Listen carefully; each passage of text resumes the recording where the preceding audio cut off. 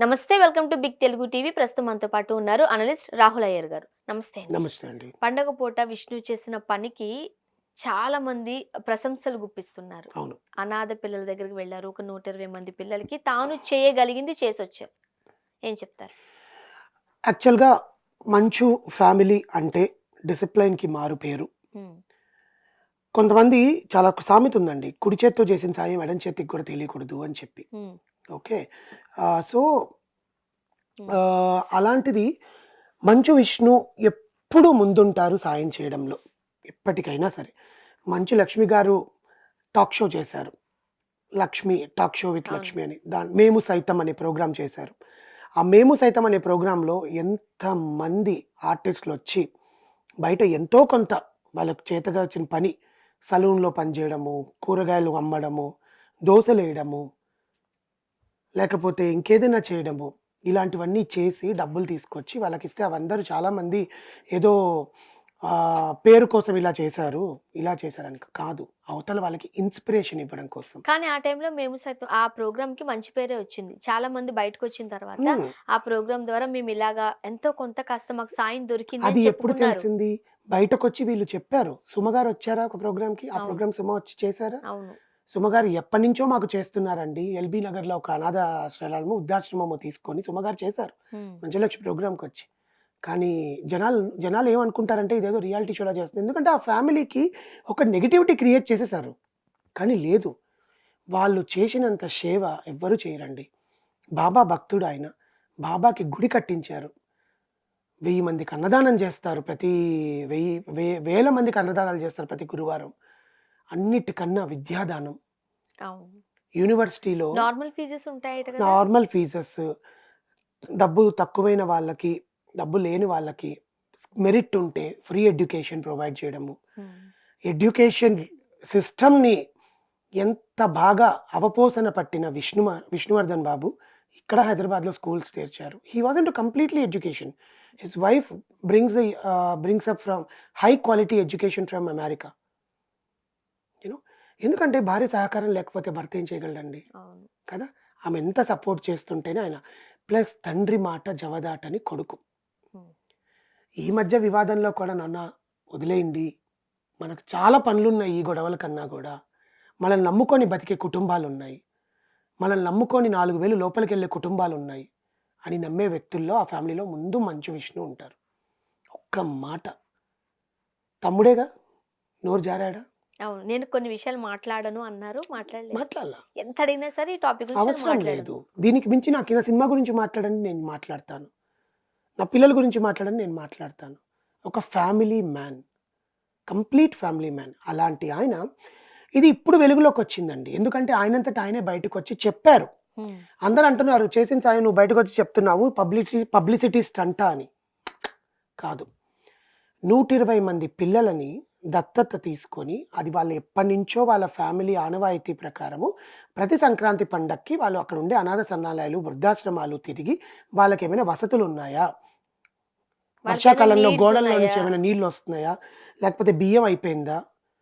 కూరగాయలు పంపిణీ ప్రతిరోజు పొద్దున ఈ టైంకి కూరగాయలు అక్కడ ఉండాలి. వాళ్ళకి రోజు ఒక కూర, ఒక పప్పు, ఒక రసం, ఆ చారు, ఆ సాంబారు, ఒక స్వీట్. నాన్ వెజ్ వాళ్ళకైతే ప్రతి బుధవారం గుడ్డు, హ్మ్. నైట్ పూటైతే chicken or mutton whatever it is. ఇవన్నీ పిల్లలకి అందాలి. పోషకాహారం అందాలి. హ్మ్. పోషక విలువలు లేక అటు పక్కనుండే వాటర్ వల్ల క్లోరోసిస్ వచ్చి లేకపోతే క్లోరిన్ తక్కువైపోయి పిల్లలు పక్షవాతం బారిన పడుతుంటే అలాంటి ప్రజలను తీసుకొచ్చి హక్కున చేర్చుకుంటున్న ఫ్యామిలీని ఈరోజు పబ్లిసిటీ స్టంట్ అని మాట్లాడుతున్నారు. అంటే 100లో 90 100లో 70 మంది మెచ్చుకుంటుంటే మిగతా 30 మంది మొరుగుతున్నారు. పబ్లిసిటీ స్టంటా అని. ఆయన చేసిన పనేంటి? ఎప్పటినుంచో శ్రీదేవి గారు అనే ఆమె అక్కడ ఆశ్రమాన్ని నడుపుతుంటే, దాంట్లో పిల్లలకి 120 మందికి నేను దత్తత తీసుకొని వాళ్ళ ఎడ్యుకేషన్, బట్టలు, ఫుడ్ అన్నీ నేను. ఎందుకంటే అనాథలు. వాళ్ళకి అమ్మ, నాన్న ఎవరో తెలీదు. మంచి పని కదా! అలాంటి వాళ్ళని తీసుకొని నేనే ఉంటాను అని చెప్పి వాళ్ళతో సంక్రాంతి పండగ చేసుకున్నాడు యూనివర్సిటీలో పెట్టి. హ్మ్. వాళ్ళ యూనివర్సిటీలో. అది ఏజ్ గ్రూపా, చిన్న ఏజా, పెద్ద ఏజా అని కాదు. దానికి విమర్శించడం అనేది వాళ్ళ మేధాశక్తికి వదిలేస్తున్నాననమాట. వాళ్ళ వాళ్ళ ఉనికికే వదిలేస్తున్నానది. Hmm. Because when somebody is coming out and doing this why you can do that? నువ్వు పెట్టే 100 రూపాయల్లో 10 రూపాయలు నువ్వు దాచిపెట్టుకొని సంవత్సరంలో ఇంత డబ్బు తీసుకుని వెళ్ళి ఒక అనాథకి ఫుడ్ పెట్టు ఒక్కరోజు. అవును. అది చెయ్యని చెప్తున్నాడు. అది ఇన్స్పిరేషన్గా తీసుకోవాలా లేకపోతే ఇలా మాట్లాడాలా? సెకండరీ, మీ తమ్ముడికే నువ్వేమి ఇవ్వట్లేదు, నువ్వు ఇంతమందికి ఇంత పెడతావా అని మాట్లాడుతున్నారు. తమ్ముడికి ఎందుకు ఇవ్వాలి? తమ్ముడు కూడా ఎదిగాడుగా, తమ్ముడు చేయలేడా? ఎంత పెట్టాడు తమ్ముడు? సినిమాల్లో అంతా నష్టపోతే బిజినెస్లు పెట్టించి ఇవి పెట్టి నేను స్కూల్ చూసుకుంటాను, నేను కూడా బిజినెస్లు పెడతానని చెప్పి డబ్బులు ఇస్తే ఎవరు చూశారు ఇవంతా? అన్నయ్యగా చూశాడు.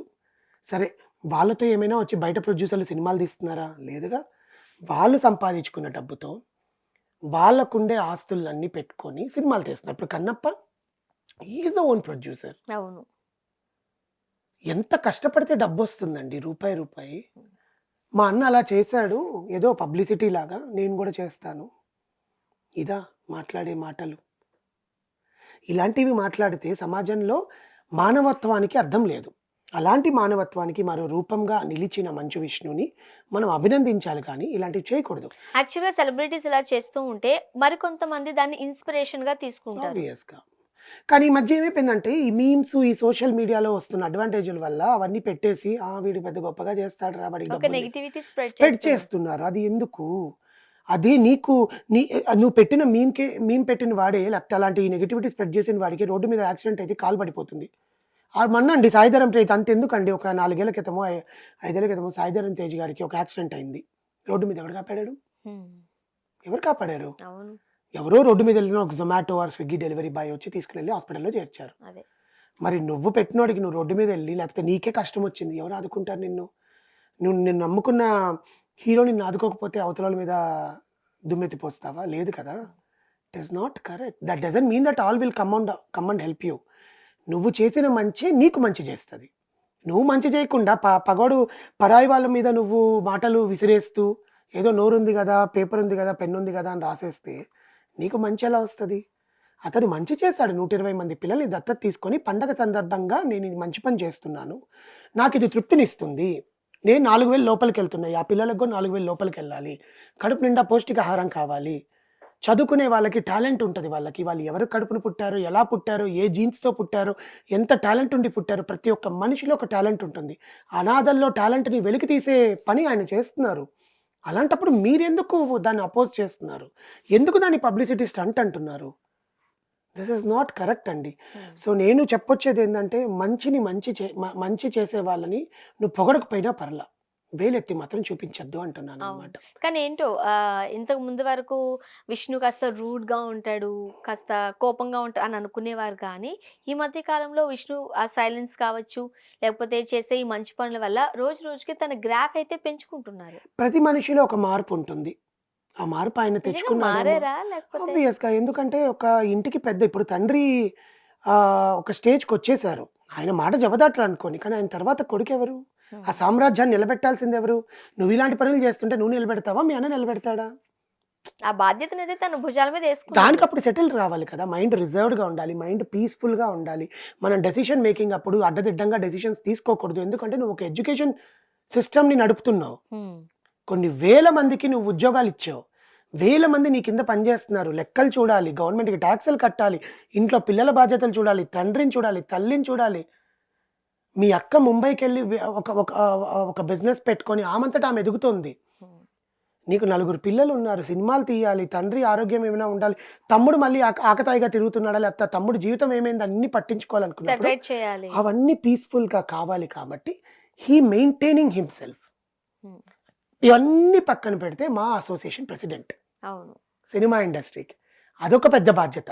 ఎన్ని బాధ్యతలకు ఉండే పర్సన్కి మార్పు అనేది ఖచ్చితంగా వస్తుంది. బికాస్ నేను లాస్ట్ టైం కూడా చెప్పాను, experiences makes living being perfect. అలా మంచు విష్ణు గారు పర్ఫెక్ట్ అయ్యారు.